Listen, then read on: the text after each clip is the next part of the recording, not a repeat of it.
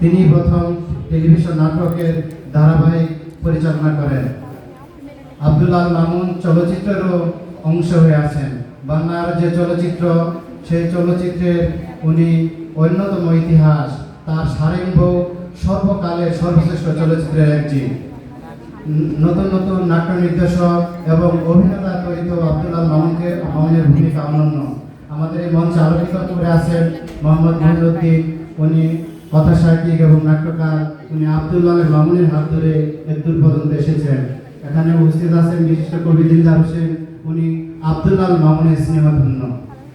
আমরা মনে করি আব্দুল আল মামুনের যে কর্ম, এগুলো ওনাকে দীর্ঘদিন বাঁচিয়ে রাখবে।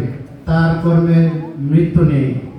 এখানে যারা অভিভাবক আছেন, অনেক শিশু কিশোর আছেন, আমি অভিভাবকদের অনুরোধ করব আপনারা আব্দুল আল মামুনের শিল্পকর্ম সম্পর্কে জানানোর জন্য অনুরোধ করব।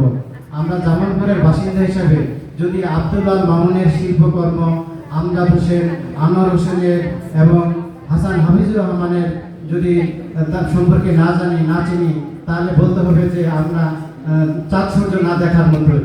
কারণ আব্দুল আল মামুন নাট্য জগতের উজ্জ্বল নক্ষত্র। আমি বেশি কিছু বলবো না, অনেকেই আরো বলবেন। আমি এটুকুই বলে আপনাদের ধন্যবাদ।